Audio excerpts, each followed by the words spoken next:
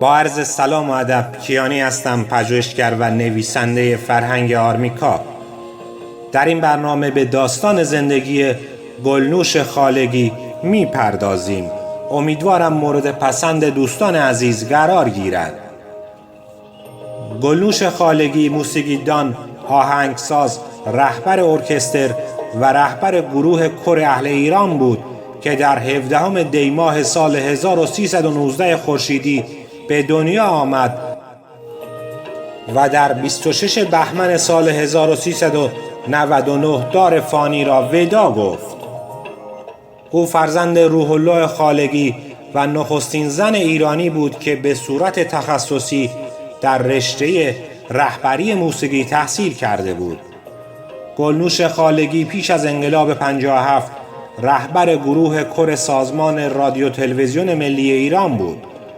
وی در سال 58 به ایالات متحده آمریکا مهاجرت کرد و در سال 69 به منظور برگزاری کنسرت به ایران بازگشت، اما به دلیل زن بودن اجازه رهبری و اجرای عمومی در ایران را نیافت و پس از چند ماه ایران را بار دیگر به مقصد آمریکا ترک نمود.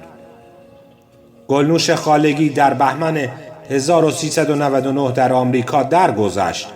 گلنوش خالگی در 17 دی سال 1319 در تهران زاده شد. او در سال 1330 به هنرستان موسیقی ملی راه یافت و فراگیری ساز پیانو را آغاز نمود. از استادان وی در هنرستان میتوان به حسین صبا، جواد معروفی و مصطفی کمالپور تراب اشاره کرد. وی در سال 1338 پس از دریافت دیپلم هنرستان موسیقی ملی با رتبه نخست به هنرستان عالی موسیقی راه یافت و تحت تعلیم امانوئل ملیک اصلانیان قرار گرفت. گلنوش خالگی پس از یک سال دیپلم هنرستان عالی موسیقی را نیز با رتبه نخست دریافت نمود.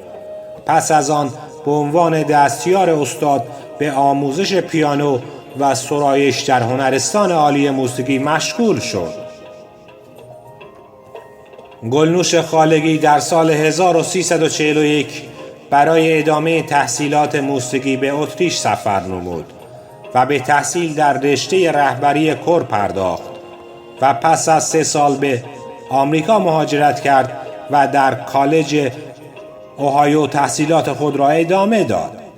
پس از آن در سال 1353 مدرک کارشناسی ارشد رهبری کور را از دانشگاه ویسکانسین مدیسین در شهر مدیسون دریافت نمود. در این هنگام با رهبرانی مانند رابرت واودن و کورت پرستل همکاری داشت. گلنوش خالگی در دوران زندگی در آمریکا با استفان آکرت نوازنده هارپسیکورد آشنا شد و با او ازدواج کرد.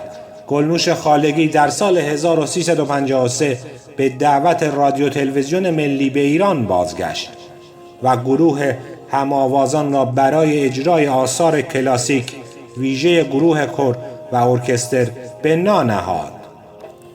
در هنگام کنسرت هنری گلنوش خالگی در ایران، آکرت نیز با او همکاری می‌کرد. فعالیت هم‌آوازان تا زمستان 57 ادامه یافت. واپسین این گروه ضبط پنهانی سرود آزادی ساخته گلنوش خالگی با شعری از فریدون مشیری بود. خاطره تلخ فروپاشی گروه هم‌آوازان تا پایان زندگی گلنوش در ذهن او باقی ماند. گلنوش خالگی پس از انقلاب اسلامی در سال 58 دوباره به آمریکا مهاجرت نمود و کارهای هنری خود را در کانون دوستداران فرهنگ ایران آغاز کرد. او در سال 64 با همکاری شماری از نوازندگان ایرانی و آمریکایی ارکستر روح الله خالگی را با 20 نوازنده در آمریکا بنیان گذاشت و نزدیک به 5 سال آن را رهبری نمود.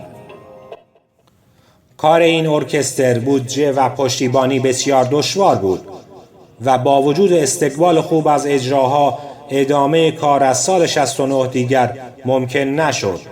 در سال 69 به ایران سفر کرد و قصد داشت به مناسبت 25مین سالگرد درگذشت پدرش روح الله خالگی برنامه‌هایی در تهران و شهرستان‌ها برگزار نماید، اما به وی اجازه رهبری ارکستر داده نشد.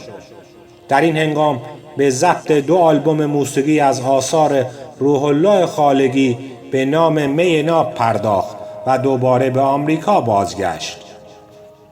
گلنوش خالقی پس از بازگشت به آمریکا در سال 70 دیگر نتوانست رهبری هیچ گروه موسیقی را به دست گیرد.